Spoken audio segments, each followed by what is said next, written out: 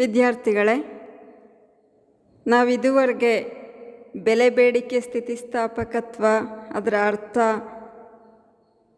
ನಿರ್ಧರಿಸುವ ಅಂಶಗಳು ಮತ್ತು ಅದನ್ನು ಮಾಪನ ಮಾಡ್ತಕ್ಕಂಥ ವಿಧಾನ ಇತ್ಯಾದಿ ಬಹುತೇಕ ಎಲ್ಲ ಅಂಶಗಳನ್ನು ತಿಳ್ಕೊಂಡಾಗಿದೆ. ಈಗ ನಾನು ನಿಮಗೆ ಅರ್ಥಶಾಸ್ತ್ರದ ಒಂದು ವಿಶ್ಲೇಷಣೆಯಲ್ಲಿ ಈ ಬೆಲೆ ಬೇಡಿಕೆ ಸ್ಥಿತಿಸ್ಥಾಪಕತ್ವ ಅನ್ನೋ ಪರಿಕಲ್ಪನೆಯ ಪ್ರಯೋಜನ ಏನೇನು, ಅಂದರೆ ಅದರ ಮಹತ್ವ ಏನಿದೆ ಅನ್ನೋದನ್ನು ತಿಳಿಸೋದಕ್ಕೆ ಇಷ್ಟಪಡ್ತೇನೆ. ಹಿಂದಿನ ಕ್ಲಾಸಲ್ಲಿ ನಾವು ತಿಳ್ಕೊಂಡಿರೋದು, ಲಾಸ್ಟ್ ಕ್ಲಾಸಲ್ಲಿ ನಾನು ನಿಮಗೆ ಬೇಡಿಕೆ ಸ್ಥಿತಿಸ್ಥಾಪಕತ್ವದ ಮಾಪನ, ಅಂದರೆ ಅದನ್ನು ಅಳತೆ ಮಾಡೋ ವಿಧಾನಗಳ ಬಗ್ಗೆ ಎಲ್ಲ ಡೀಟೇಲಾಗಿ ವಿವರಿಸಿ ಹೇಳಿ ಆಗಿದೆ. ನೀವೀಗಾಗಲೇ ನೋಟ್ಸ್ ಎಲ್ಲ ಅದನ್ನು ಮಾಡ್ಕೊಂಡಿರ್ಬೋದು ಅಂತ ಭಾವಿಸ್ತೀನಿ.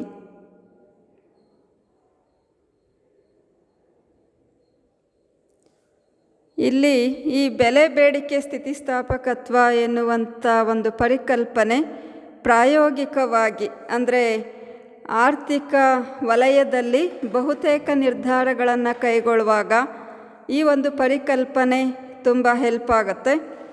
ಅಂದರೆ ಆರ್ಥಿಕ ಚಟುವಟಿಕೆಗಳ ಬಗ್ಗೆ ಪ್ರಮುಖ ನಿರ್ಧಾರಗಳನ್ನು ಕೈಗೊಳ್ಳುವಾಗ ಈ ಬೆಲೆ ಬೇಡಿಕೆ ಸ್ಥಿತಿಸ್ಥಾಪಕತ್ವದ ಪರಿಕಲ್ಪನೆ ತುಂಬ ಪ್ರಾಯೋಗಿಕ ಮಹತ್ವವನ್ನು ಪಡ್ಕೊಂಡಿದೆ.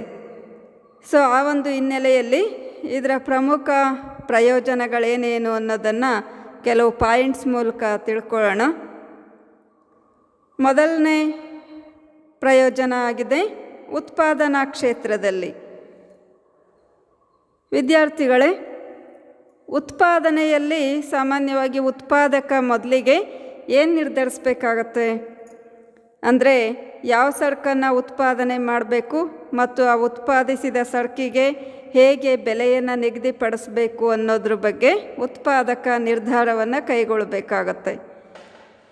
ಈ ರೀತಿ ನಿರ್ಧಾರ ಕೈಗೊಳ್ಳುವಾಗ ಅವನು ಉತ್ಪಾದನೆ ಮಾಡೋಕ್ಕೆ ಹೊರಟಿರೋ ಸರಕಿಗೆ ಮಾರುಕಟ್ಟೆಯಲ್ಲಿ ಬೆಲೆ ಸನ್ನಿವೇಶ ಹೇಗಿದೆ ಮತ್ತು ಬೇಡಿಕೆ ಸನ್ನಿವೇಶ ಹೇಗಿದೆ, ಒಂದು ವೇಳೆ ಆ ಸರಕಿನ ಬೆಲೆ ಏರಿದರೆ ಅನುಭೋಗಿಗಳು ಅದಕ್ಕೆ ಹೇಗೆ ಪ್ರತಿಕ್ರಿಯಿಸ್ತಾರೆ ಮತ್ತು ಬೆಲೆ ಇಳಿದ್ರೆ ಅನುಭೋಗಿಗಳು ಯಾವ ರೀತಿ ಪ್ರತಿಕ್ರಿಯಿಸ್ತಾರೆ ಅನ್ನೋದು ಈ ಬೆಲೆ ಬೇಡಿಕೆ ಸ್ಥಿತಿಸ್ಥಾಪಕತ್ವದ ಅಧ್ಯಯನದಿಂದ ಗೊತ್ತಾಗುತ್ತೆ. ಈ ಬೆಲೆ ಬೇಡಿಕೆ ಸ್ಥಿತಿಸ್ಥಾಪಕತ್ವ ಕಡಿಮೆ ಪ್ರಮಾಣದಲ್ಲಿ ಇರ್ತಕ್ಕಂಥ ಸರಕುಗಳನ್ನು ಉತ್ಪಾದನೆ ಮಾಡಿದರೆ ಅವರು ಅದಕ್ಕೆ ಸರಿಯಾದ ಬೆಲೆಯನ್ನು, ಅಂದರೆ ಹೆಚ್ಚು ಬೆಲೆಯನ್ನು ನಿಗದಿಪಡಿಸಿ ಮಾರಾಟ ಮಾಡ್ಬೋದು. ಅದರಿಂದ ಹೆಚ್ಚು ಲಾಭವನ್ನು ಗಳಿಸೋದಕ್ಕೆ ಸಾಧ್ಯವಾಗುತ್ತೆ. ಅಂದರೆ ಬೇಡಿಕೆ ಸ್ಥಿತಿಸ್ಥಾಪಕತ್ವ ಯಾವ್ಯಾವ ಸರಕಿಗೆ ಹೇಗಿದೆ ಅನ್ನೋದರ ಆಧಾರದ ಮೇಲೆ ಉತ್ಪಾದಕ ಯಾವ ಸರಕನ್ನು ಉತ್ಪಾದನೆ ಮಾಡಬೇಕು ಮತ್ತು ಎಷ್ಟು ಉತ್ಪಾದನೆ ಮಾಡಬೇಕು ಅನ್ನೋದನ್ನು ನಿರ್ಧಾರ ಕೈಗೊಳ್ತಾನೆ. ಈ ರೀತಿಯಾಗಿ ಬೇಡಿಕೆ ಮತ್ತು ಪೂರೈಕೆಯಲ್ಲಿ ಸಮತೋಲನ ಸಾಧಿಸೋದಕ್ಕೆ ಸಾಧ್ಯವಾಗುತ್ತೆ. ಗೊತ್ತಾಯ್ತಲ್ವಾ? ಉತ್ಪಾದನಾ ಕ್ಷೇತ್ರದಲ್ಲಿ ಉತ್ಪಾದಕನು ವಿವಿಧ ಸರಕುಗಳ ಬೆಲೆ ಬೇಡಿಕೆ ಸ್ಥಿತಿಸ್ಥಾಪಕತ್ವ ಎಷ್ಟಿದೆ ಅನ್ನೋದರ ಆಧಾರದ ಮೇಲೆ ಯಾವ ಸರಕನ್ನು ಎಷ್ಟು ಉತ್ಪಾದನೆ ಮಾಡಬೇಕು ಅಂತ ನಿರ್ಧಾರ ಕೈಗೊಳ್ತಾನೆ. ಇಲ್ಲಿ ಬೇಡಿಕೆ ಸ್ಥಿತಿಸ್ಥಾಪಕತ್ವ ತುಂಬ ಕಡಿಮೆ ಇರೋ ಸರಕುಗಳನ್ನು ಉತ್ಪಾದನೆ ಮಾಡೋದ್ರಿಂದ ಅವನು ಒಳ್ಳೆಯ ಆದಾಯ ಗಳಿಸೋದಕ್ಕೆ ಸಾಧ್ಯವಾಗತ್ತೆ. ನೆಕ್ಸ್ಟ್ ಪಾಯಿಂಟ್ ಆಗಿದೆ ಎರಡನೇದು, ಬೆಲೆ ನಿರ್ಧಾರದಲ್ಲಿ ಉದ್ಯಮಿಗಳು ತಮ್ಮ ಸರಕುಗಳ ಒಂದು ಬೆಲೆಯನ್ನು ನಿಗದಿಪಡಿಸುವಾಗ, ಸರಕು ಮತ್ತು ಸೇವೆಗಳ ಬೆಲೆಗಳನ್ನು ನಿರ್ಧರಿಸುವಾಗ ಕೂಡ ಈ ಬೆಲೆ ಬೇಡಿಕೆ ಸ್ಥಿತಿಸ್ಥಾಪಕತ್ವ ಪರಿಕಲ್ಪನೆ ತುಂಬ ಸಹಾಯಕ ಆಗುತ್ತೆ. ಅಂದರೆ ಯಾವುದೇ ಒಂದು ಸರಕು ಅಥವಾ ಸೇವೆಗೆ ಸ್ಥಿತಿಸ್ಥಾಪಕತ್ವ ಅಧಿಕವಾಗಿ ಇದ್ದಾಗ ಅದರ ಬೆಲೆಯಲ್ಲಿ ಅಲ್ಪ ಸ್ವಲ್ಪ ಏರುಪೇರಾದರೂ ಕೊಳ್ಳುವಿಕೆ ತೀವ್ರವಾಗಿ ಏರುಪೇರು ಆಗುವ ಸಾಧ್ಯತೆ ಇರುತ್ತೆ. ಅಂದರೆ ಉದಾಹರಣೆಗೆ ಯಾವ ವಸ್ತುವಿಗೆ ಸ್ಥಿತಿಸ್ಥಾಪಕತೆ ಹೆಚ್ಚಾಗಿರುತ್ತೋ ಅಂಥ ವಸ್ತುವಿನ ಬೆಲೆ ಸ್ವಲ್ಪ ಏರಿದರೂ ಕೂಡ ಅದರ ಕೊಳ್ಳುವಿಕೆ ಅರ್ಥಾತ್ ಬೇಡಿಕೆ ಅಗಾಧವಾಗಿ ಕುಸಿದೋಗುತ್ತೆ. ಇದರಿಂದ ಉದ್ಯಮಿಗೆ ಬೆಲೆ ಏರಿಸಿದ್ರಿಂದ ಏನೂ ಪ್ರಯೋಜನ ಆಗೋದಿಲ್ಲ. ಅಂದರೆ ಅವನು ನಷ್ಟವನ್ನು ಅನುಭವಿಸ್ಬೇಕಾಗತ್ತೆ. ಯಾಕೆಂದರೆ ಅದರ ಬೇಡಿಕೆ ಬಿದ್ದೋಗೋದ್ರಿಂದ. ಇದಕ್ಕೆ ವಿರುದ್ಧವಾಗಿ ಯಾವುದೇ ಸರಕಿಗೆ ಬೇಡಿಕೆ ಸ್ಥಿತಿಸ್ಥಾಪಕತ್ವ ತೀರಾ ಕಡಿಮೆ ಇದ್ದಾಗ ಏನಾಗುತ್ತೆ ಅಂದರೆ ಅಂಥ ವಸ್ತುವಿನ ಬೆಲೆ ಹೆಚ್ಚಿದ್ರೂ ಕೂಡ ಅದರ ಕೊಳ್ಳುವಿಕೆಯಲ್ಲಿ ತೀವ್ರವಾಗಿ ಕಡಿಮೆ ಆಗೋದಿಲ್ಲ. ಹಾಗಾಗಿ ಬೆಲೆ ಏರಿಸುವ ಮೂಲಕ ಅಂಥ ಸರಕುಗಳ ಮಾರಾಟದಿಂದ ಲಾಭವನ್ನು ಪಡ್ಕೊಳ್ಬೋದು. ಸೊ ಈ ಹಿನ್ನೆಲೆಯಲ್ಲಿ ನಾವು ನೋಡಿದಾಗ ಅಧಿಕ ಬೇಡಿಕೆ ಸ್ಥಿತಿಸ್ಥಾಪಕತ್ವ ಹೊಂದಿರತಕ್ಕಂಥ ವಸ್ತುಗಳ ಮೇಲೆ ಕಡಿಮೆ ಬೆಲೆಯನ್ನು ನಿಗದಿಪಡಿಸಬೇಕಾಗತ್ತೆ.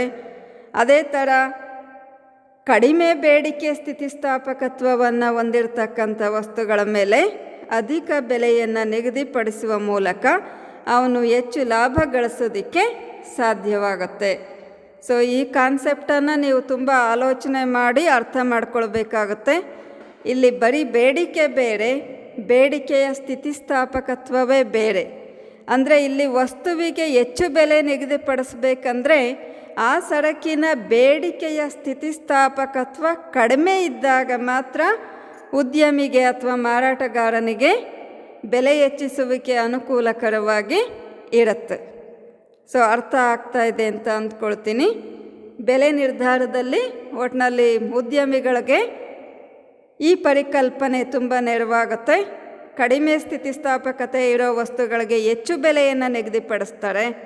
ಅದೇ ಥರ ಹೆಚ್ಚು ಸ್ಥಿತಿಸ್ಥಾಪಕತ್ವ ಇರತಕ್ಕಂಥ ಸರಕುಗಳಿಗೆ ಕಡಿಮೆ ಬೆಲೆಯನ್ನು ನಿಗದಿಪಡಿಸ್ತಾರೆ.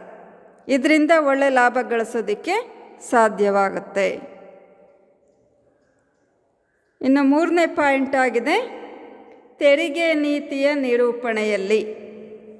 ಅಂದರೆ ವಿದ್ಯಾರ್ಥಿಗಳೇ, ಪರೋಕ್ಷ ತೆರಿಗೆಗಳ ಬಗ್ಗೆ ನಿಮಗೆ ಗೊತ್ತಲ್ವಾ? ಸರ್ಕಾರ ಸರಕು ಸೇವೆಗಳ ಮೇಲೆ ತೆರಿಗೆಗಳನ್ನು ವಿಧಿಸುತ್ತೆ. ಸೊ ಈ ರೀತಿಯಾಗಿ ವಿವಿಧ ಸರಕು ಸೇವೆಗಳ ಮೇಲೆ ತೆರಿಗೆ ದರಗಳನ್ನು ನಿಗದಿಪಡಿಸೋದಕ್ಕೆ ಸರ್ಕಾರಕ್ಕೂ ಕೂಡ ಈ ಒಂದು ಬೆಲೆ ಬೇಡಿಕೆ ಸ್ಥಿತಿಸ್ಥಾಪಕತ್ವದ ಪರಿಕಲ್ಪನೆ ತುಂಬ ನೆರವಾಗತ್ತೆ. ಯಾವ ಥರ ಅಂತ ಅಂದರೆ ಇಲ್ಲಿ ಸ್ಥಿತಿಸ್ಥಾಪಕತ್ವ ಹೆಚ್ಚಾಗಿ ಇರ್ತಕ್ಕಂಥ ವಸ್ತುಗಳ ಮೇಲೆ ಹೆಚ್ಚು ತೆರಿಗೆಯನ್ನೇನಾದರೂ ಒಂದು ವೇಳೆ ವಿಧಿಸಿದರೆ ಅದರ ಬೆಲೆ ಏನಾಗುತ್ತೆ? ಹೆಚ್ಚಾಗತ್ತೆ. ಹೌದಲ್ವಾ? ಸರ್ಕಾರ ಯಾವುದೇ ಒಂದು ಸರಕಿನ ಮೇಲೆ, ಈಗ ಎಲೆಕ್ಟ್ರಾನಿಕ್ ವಸ್ತುಗಳ ಮೇಲೆ ತೆರಿಗೆ ದರವನ್ನು ಸರ್ಕಾರ ಹೆಚ್ಚಿಸಿದೆ ಅಂತ ಆದರೆ ಉತ್ಪಾದಕ ಆ ತೆರಿಗೆಯನ್ನು ಮೊದಲು ಕಟ್ತಾನೆ. ಆದರೆ ಅದರ ಶಿಫ್ಟು ಯಾರ ಮೇಲಾಗುತ್ತೆ? ತೆರಿಗೆ ಭಾರವನ್ನು ಕೊಳ್ಳುವವರ ಮೇಲೆ, ಅಂದರೆ ಗ್ರಾಹಕರ ಮೇಲೆ ಅದನ್ನು ವರ್ಗಾವಣೆ ಮಾಡ್ತಾನೆ. ಹೀಗಾಗಿ ಇಲ್ಲಿ ವಸ್ತುಗಳ ಮೇಲೆ ತೆರಿಗೆಯನ್ನು ವಿಧಿಸಿದಾಗ ಅವುಗಳ ಬೆಲೆ ಹೆಚ್ಚಾಗತ್ತೆ. ಬೆಲೆ ಹೆಚ್ಚಾದಾಗ ಅದರ ಕಾರಣದಿಂದ ಬೇಡಿಕೆ ಅಗಾಧವಾಗಿ ಕುಸಿದೋಗುತ್ತೆ. ಯಾವಾಗ ಬೇಡಿಕೆ ಅಗಾಧವಾಗಿ ಕುಸಿಯುತ್ತೆ ಅಂದರೆ ಬೇಡಿಕೆ ಸ್ಥಿತಿಸ್ಥಾಪಕತ್ವದ ದರ ಹೆಚ್ಚಾಗಿದ್ದಾಗ ಸರಕುಗಳ ಬೆಲೆ ಏರಿದರೆ ಅದರ ಪರಿಣಾಮವಾಗಿ ಬೇಡಿಕೆ ಅಗಾಧವಾಗಿ ತಗ್ಗುತ್ತೆ. ಬೇಡಿಕೆಯೇ ಕಡಿಮೆಯಾದಾಗ ಸರ್ಕಾರಕ್ಕೆ ವರಮಾನ ಕೂಡ ಕಡಿಮೆಯಾಗುತ್ತೆ. ಯಾಕೆಂದರೆ ಯಾವ ಸರಕಿನ ಮೇಲೆ ಸರ್ಕಾರ ತೆರಿಗೆ ವಿಧಿಸಿರುತ್ತೋ ಆ ಸರಕನ್ನು ಜನ ಹೆಚ್ಚು ಹೆಚ್ಚು ಕೊಂಡ್ಕೊಂಡಾಗ ಮಾತ್ರ ಸರ್ಕಾರದ ಬೊಕ್ಕಸಕ್ಕೆ ಆದಾಯ ಜಮಾ ಆಗುತ್ತೆ. ಇಲ್ಲಿ ಒಂದು ವೇಳೆ ತೆರಿಗೆ ವಿಧಿಸಿದ ಕಾರಣದಿಂದ ಬೆಲೆ ಏರಿದ ನಂತರ ಅದರ ಕೊಳ್ಳುವಿಕೆ ತೀವ್ರವಾಗಿ ಕಡಿಮೆ ಆಗೋದ್ರೆ ಸರ್ಕಾರದ ಬೊಕ್ಕಸಕ್ಕೆ ಆದಾಯ ಸಿಗೋದಿಲ್ಲ. ಹಾಗಾಗಿ ಸರ್ಕಾರ ಪರೋಕ್ಷ ತೆರಿಗೆ ವಿಧಿಸೋ ಉದ್ದೇಶ ಏನು ಹೇಳಿ? ತೆರಿಗೆ ಆದಾಯನೇ ಸಂಗ್ರಹ ಆಗಲ್ಲ ಅಂತ ಅಂದರೆ ಆ ಥರ ತೆರಿಗೆಯನ್ನು ಯಾಕೆ ವಿಧಿಸಬೇಕು ಸರ್ಕಾರ? ಹಾಗಾಗಿ ಸರ್ಕಾರ ಏನು ಮಾಡುತ್ತೆ? ತೆರಿಗೆ ದರಗಳನ್ನು ನಿಗದಿಪಡಿಸುವಾಗ ಆ ಸರಕುಗಳ ಬೆಲೆ ಬೇಡಿಕೆ ಸ್ಥಿತಿಸ್ಥಾಪಕತ್ವ ಹೆಚ್ಚಾಗಿದೆಯಾ ಅಥವಾ ಕಡಿಮೆ ಇದೆಯಾ ಅನ್ನೋದನ್ನು ಮೊದಲು ಅಧ್ಯಯನ ಮಾಡುತ್ತೆ. ಕಡಿಮೆ ಸ್ಥಿತಿಸ್ಥಾಪಕತ್ವ ಇರ್ತಕ್ಕಂಥ ವಸ್ತುಗಳ ಮೇಲೆ ಅಧಿಕ ತೆರಿಗೆಯನ್ನು ವಿಧಿಸೋದ್ರಿಂದ ಸರ್ಕಾರಕ್ಕೆ ಹೆಚ್ಚು ವರಮಾನ ಪಡೆಯೋದಕ್ಕೆ ಸಾಧ್ಯವಾಗುತ್ತೆ. ಇದು ಕೂಡ ಬೆಲೆ ನಿರ್ಧಾರದ ಥರನೇ. ಬೆಲೆ ನಿರ್ಧಾರದಲ್ಲಿ ಉತ್ಪಾದಕ ಅದರ ಬೆಲೆ ಹೆಚ್ಚಿಸಬೇಕೋ ಕಡಿಮೆ ಮಾಡಬೇಕೋ ಅನ್ನೋದನ್ನು ಬೇಡಿಕೆ ಸ್ಥಿತಿಸ್ಥಾಪಕತೆ ಆಧಾರದಲ್ಲಿ ನಿಗದಿಪಡಿಸ್ತಾನೆ. ಅದೇ ಥರ ತೆರಿಗೆ ನೀತಿಯನ್ನು ನಿರೂಪಿಸುವಲ್ಲಿ ಕೂಡ ಹಣಕಾಸು ಮಂತ್ರಿಗಳು ಈ ಪರಿಕಲ್ಪನೆಯನ್ನು ಅಧ್ಯಯನ ಮಾಡಿ, ಅಂದರೆ ಪರಿಕಲ್ಪನೆ ಅಧ್ಯಯನ ಮಾಡಲ್ಲ, ವಿವಿಧ ಸರಕುಗಳಿಗೆ ಬೇಡಿಕೆ ಸ್ಥಿತಿಸ್ಥಾಪಕತ್ವ ಹೆಚ್ಚಾಗಿದೆಯಾ ಅಥವಾ ಕಡಿಮೆ ಇದೆಯಾ ಅನ್ನೋದನ್ನು ಅಧ್ಯಯನ ಮಾಡ್ತಾರೆ. ಆ ನಂತರ ಕಡಿಮೆ ಸ್ಥಿತಿಸ್ಥಾಪಕತೆ ಹೊಂದಿರತಕ್ಕಂಥ ವಸ್ತುಗಳ ಮೇಲೆ ಅಧಿಕ ತೆರಿಗೆಯನ್ನು ವಿಧಿಸ್ತಾರೆ. ಹಾಗೆಯೇ ಹೆಚ್ಚು ಸ್ಥಿತಿಸ್ಥಾಪಕತ್ವ ಹೊಂದಿರೋ ವಸ್ತುಗಳ ಮೇಲೆ ಕಡಿಮೆ ದರದ ತೆರಿಗೆಗಳನ್ನು ನಿಗದಿಪಡಿಸ್ತಾರೆ. ಸೊ ಈ ರೀತಿ ಮಾಡೋದ್ರಿಂದ ಸರ್ಕಾರದ ಬೊಕ್ಕಸಕ್ಕೆ ಹೆಚ್ಚು ವರಮಾನ ಪಡೆಯೋದಕ್ಕೆ ಸಾಧ್ಯವಾಗುತ್ತೆ. ಅರ್ಥ ಆಯ್ತಲ್ವಾ? ಸೊ ನೋಟ್ಸು ನೀವು ಇದರಲ್ಲೇನೂ ಬರ್ಕೋಬೋದು, ಅಥವಾ ನಾನು PDF ಕಾಪಿ ಕಳಿಸಿರ್ತೀನಲ್ವ, ಅದರಲ್ಲಿ ಕೂಡ ನೋಟ್ಸ್ ಮಾಡ್ಕೊಳ್ಬೋದು. ಎರಡು ಈ ಟಾಪಿಕ್ಕಿಗೆ ಸಂಬಂಧಪಟ್ಟಂತೆ ಮಾತ್ರ ಎರಡು ಸೇಮ್ ಇರುತ್ತೆ. ಗೊತ್ತಾಯ್ತಲ್ವಾ? ಸೊ ಇನ್ನು 4ನೇ ಪಾಯಿಂಟ್ ಆಗಿದೆ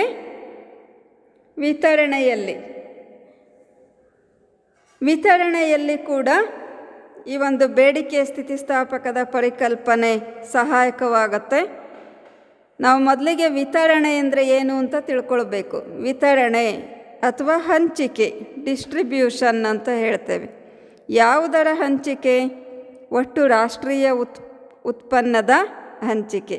ಅಂದರೆ ಒಂದು ದೇಶದಲ್ಲಿ ಉತ್ಪಾದನೆಯಾದಂಥ ಒಟ್ಟು ಉತ್ಪನ್ನ ವಿವಿಧ ಉತ್ಪಾದನಾ ಅಂಗಗಳ ನಡುವೆ ಯಾವ ರೀತಿ ಹಂಚಿಕೆಯಾಗಿದೆ ಅನ್ನೋದನ್ನು ಸೂಚಿಸುವಂಥ ಒಂದು ಪರಿಕಲ್ಪನೆಗೆ ನಾವು ವಿತರಣೆ ಅಂತ ಕರಿತೇವೆ.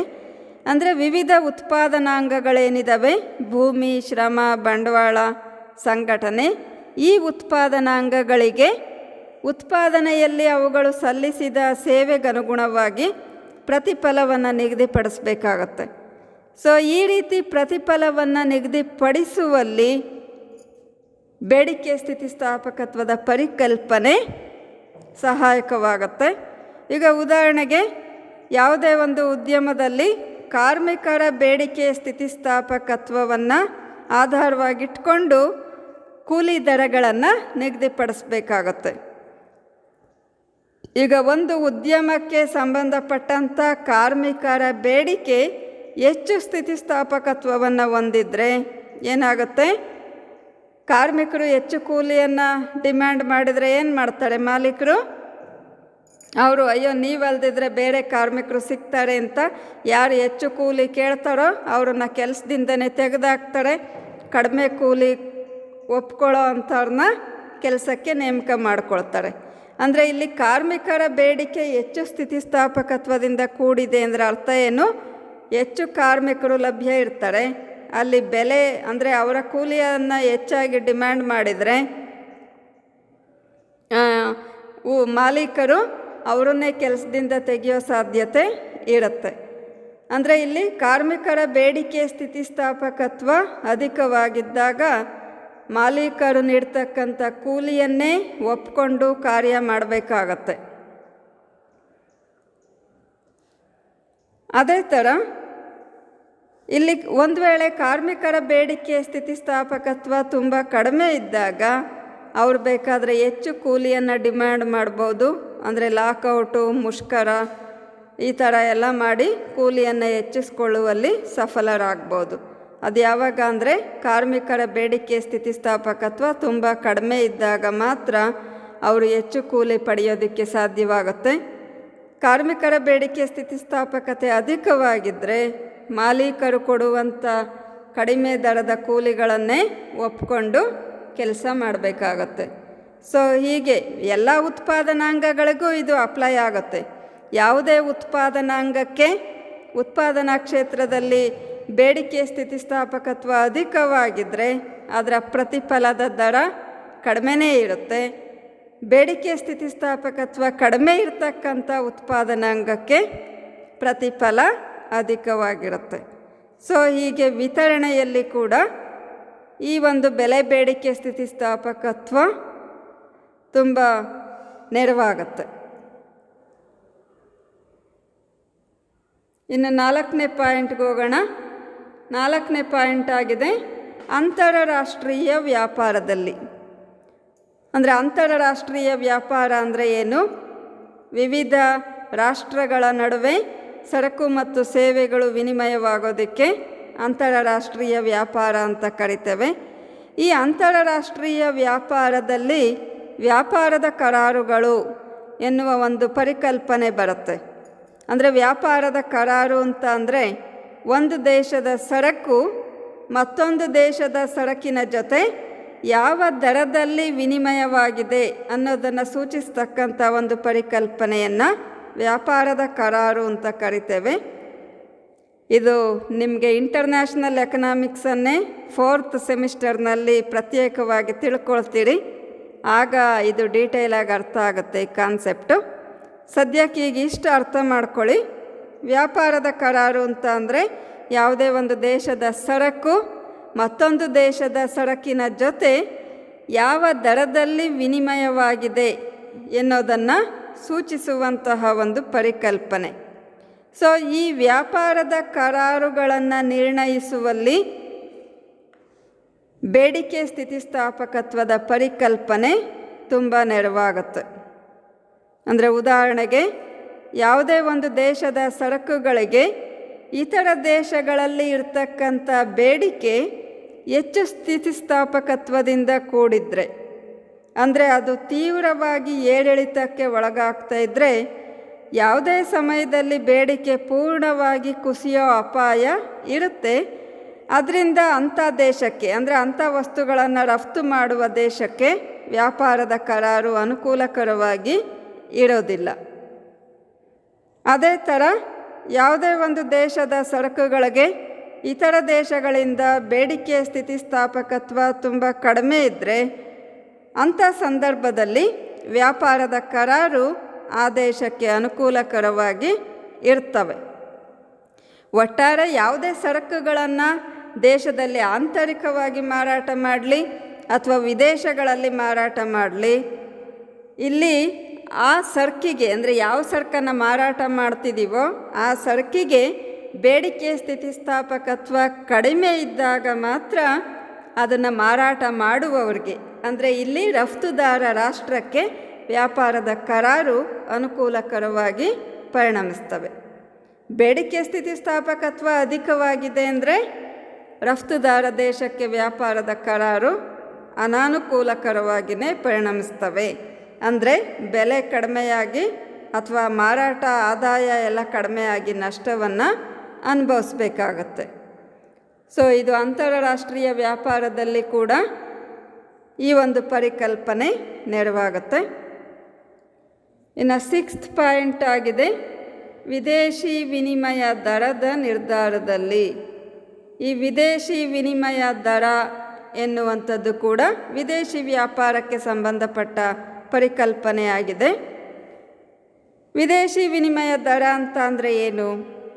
ಯಾವುದೇ ಒಂದು ದೇಶದ ಕರೆನ್ಸಿ ಅಥವಾ ನಾಣ್ಯ ಇತರ ರಾಷ್ಟ್ರದ ಕರೆನ್ಸಿಯ ಜೊತೆ ಯಾವ ದರದಲ್ಲಿ ವಿನಿಮಯವಾಗಿದೆ ಎನ್ನುವುದನ್ನು ಸೂಚಿಸೋದೇ ವಿದೇಶಿ ವಿನಿಮಯ ದರ. ಇಲ್ಲಿ ಯಾವುದೇ ಒಂದು ರಾಷ್ಟ್ರ ತನ್ನ ಕರೆನ್ಸಿಯ ಮೌಲ್ಯವನ್ನು ನಿಗದಿಪಡಿಸುವಾಗ, ಅಂದರೆ ವಿದೇಶಿ ಕರೆನ್ಸಿಯ ಜೊತೆ ತನ್ನ ದೇಶದ ಕರೆನ್ಸಿಯ ಮೌಲ್ಯವನ್ನು ನಿಗದಿಪಡಿಸುವಾಗ ಈ ಒಂದು ಬೇಡಿಕೆ ಸ್ಥಿತಿಸ್ಥಾಪಕತ್ವದ ಪರಿಕಲ್ಪನೆಯನ್ನು ಅಧ್ಯಯನ ಮಾಡಿರಬೇಕಾಗುತ್ತೆ ಸರಕುಗಳಿಗೆ ಸಂಬಂಧಪಟ್ಟಂತೆ.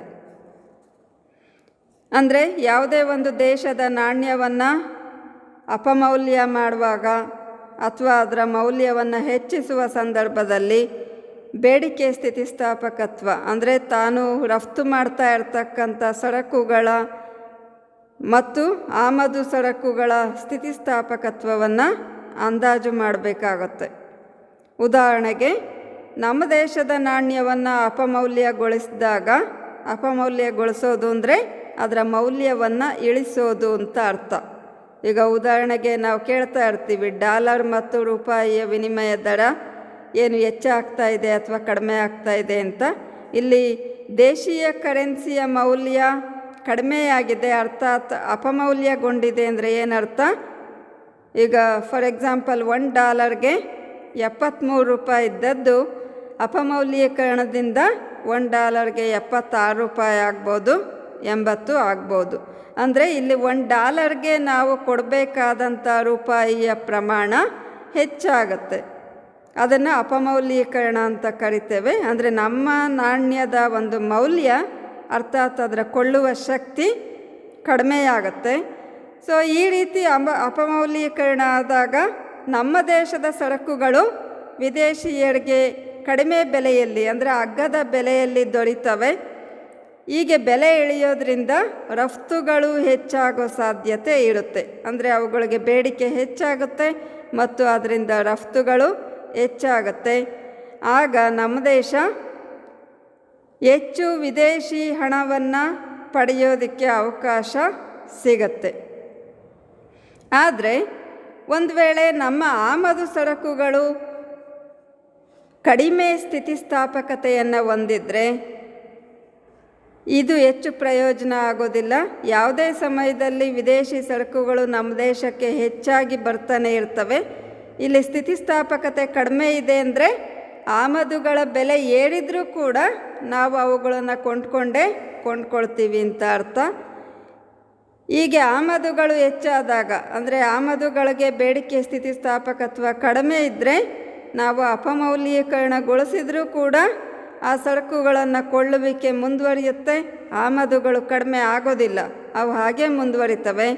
ಇದರಿಂದ ನಮ್ಮ ದೇಶದ ಹಣ ವಿದೇಶಗಳಿಗೆ ಕೊಚ್ಚಿ ಹೋಗುತ್ತೆ. ಆದ್ದರಿಂದ ನಮ್ಮ ಒಂದು ನಾಣ್ಯದ ಮೌಲ್ಯವನ್ನು ನಿಗದಿಪಡಿಸುವಾಗ ಅಥವಾ ಅಪಮೌಲ್ಯೀಕರಣದ ಬಗ್ಗೆ ನಿರ್ಧಾರಗಳನ್ನು ಕೈಗೊಳ್ಳುವಾಗ ನಮ್ಮ ದೇಶದ ಆಮದು ಮತ್ತು ರಫ್ತುಗಳಿಗೆ ಬೇಡಿಕೆ ಸ್ಥಿತಿಸ್ಥಾಪಕತ್ವ ಹೇಗಿದೆ ಅನ್ನೋದನ್ನು ಅಧ್ಯಯನ ಮಾಡಿರಬೇಕಾಗತ್ತೆ. ಅಂದರೆ ಅದನ್ನು ತಿಳ್ಕೊಂಡೇ ದೇಶದ ನಾಣ್ಯವನ್ನು ಅಪಮೌಲ್ಯೀಕರಣ ಮಾಡಬೇಕೇ ಬೇಡವೇ ಅನ್ನೋದನ್ನು ನಿರ್ಧರಿಸಬೇಕು. ಇನ್ನು ಲಾಸ್ಟ್ ಪಾಯಿಂಟ್ ಆಗಿದೆ ಉದ್ಯಮಗಳ ರಾಷ್ಟ್ರೀಕರಣದಲ್ಲಿ. ನೀವು ರಾಷ್ಟ್ರೀಕರಣ ಅನ್ನೋ ಕಾನ್ಸೆಪ್ಟ್ ಕೇಳಿದ್ದೀರ. ನಾವು ಹೆಚ್ಚಾಗಿ ಬ್ಯಾಂಕುಗಳ ಬಗ್ಗೆ ಅದನ್ನ ಹೇಳ್ತೀವಿ. ಏನು ವಾಣಿಜ್ಯ ಬ್ಯಾಂಕುಗಳನ್ನು ನಮ್ಮ ಸರ್ಕಾರ 1969ರಲ್ಲಿ ರಾಷ್ಟ್ರೀಕರಣ ಮಾಡ್ತು, 6 ಬ್ಯಾಂಕುಗಳನ್ನು ಅಂತ. ನಂತರನೂ 80ನೇ ಇಸ್ವಿಯಲ್ಲಿ ಮತ್ತೊಂದು ಸಲ ರಾಷ್ಟ್ರೀಕರಣ ಮಾಡುತ್ತೆ. ಅದೇ ಥರ ಈಗ ವಿದ್ಯುತ್ ಶಕ್ತಿಯನ್ನು ಅಥವಾ ನೀರು ಸರಬರಾಜನ್ನು ಇವನ್ನೆಲ್ಲ ರಾಷ್ಟ್ರೀಕರಣ ಮಾಡಬೇಕು. ಅದು ರಾಷ್ಟ್ರದ ವಲಯದಲ್ಲೇ ಇದೆ ಈಗಲೂ. ಮತ್ತು ಕೆಲವೊಂದು ಉದ್ಯಮಗಳನ್ನು ಅಂದರೆ ಖಾಸಗಿ ವಲಯದಲ್ಲಿ ಇರ್ತಕ್ಕಂಥ ಉದ್ಯಮಗಳನ್ನು ಸರ್ಕಾರವೇ ವಹಿಸ್ಕೊಂಡು ನಡೆಸೋದನ್ನು ನಾವು ರಾಷ್ಟ್ರೀಕರಣ ಅಂತ ಕರಿತೇವೆ. ಈಗ ಖಾಸಗಿ ವಲಯದಲ್ಲಿ ಇರ್ತಕ್ಕಂಥ ಹಲವಾರು ಉದ್ಯಮಗಳನ್ನು ಸರ್ಕಾರ ಹಿಂದೆ ಎಲ್ಲ ರಾಷ್ಟ್ರೀಕರಣ ಮಾಡಿದೆ, ಅಂದರೆ ತನ್ನ ವಶಕ್ಕೆ ತಗೊಂಡಿದೆ. ಖಾಸಗಿ ವಲಯದಲ್ಲಿ ಇರೋ ಉದ್ಯಮಗಳನ್ನು ಸರ್ಕಾರ ತಾನೇ ವಹಿಸ್ಕೊಂಡು ನಡೆಸೋದಕ್ಕೆ ರಾಷ್ಟ್ರೀಕರಣ ಅಂತ ಕರಿತೇವೆ.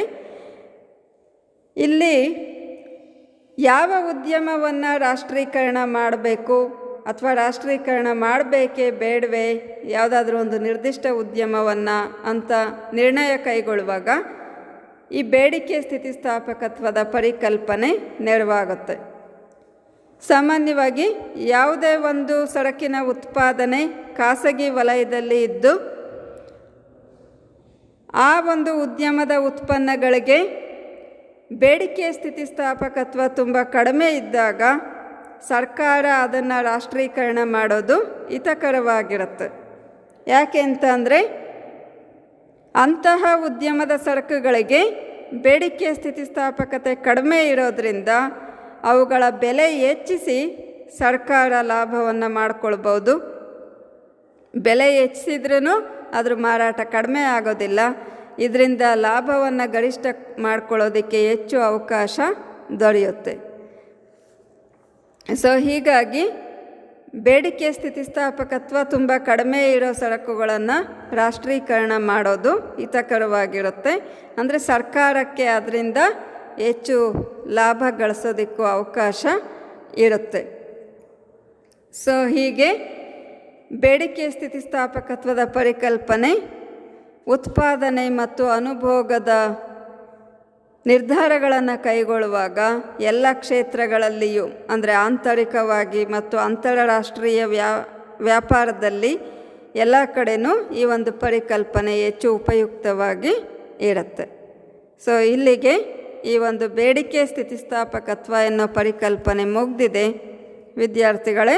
ನೆಕ್ಸ್ಟ್ ಕ್ಲಾಸ್ನಲ್ಲಿ ನಾನು ಪೂರೈಕೆ ಬಗ್ಗೆ ವಿವರಣೆಯನ್ನು ಕೊಡ್ತಾ ಇದ್ದೇನೆ. Thank you.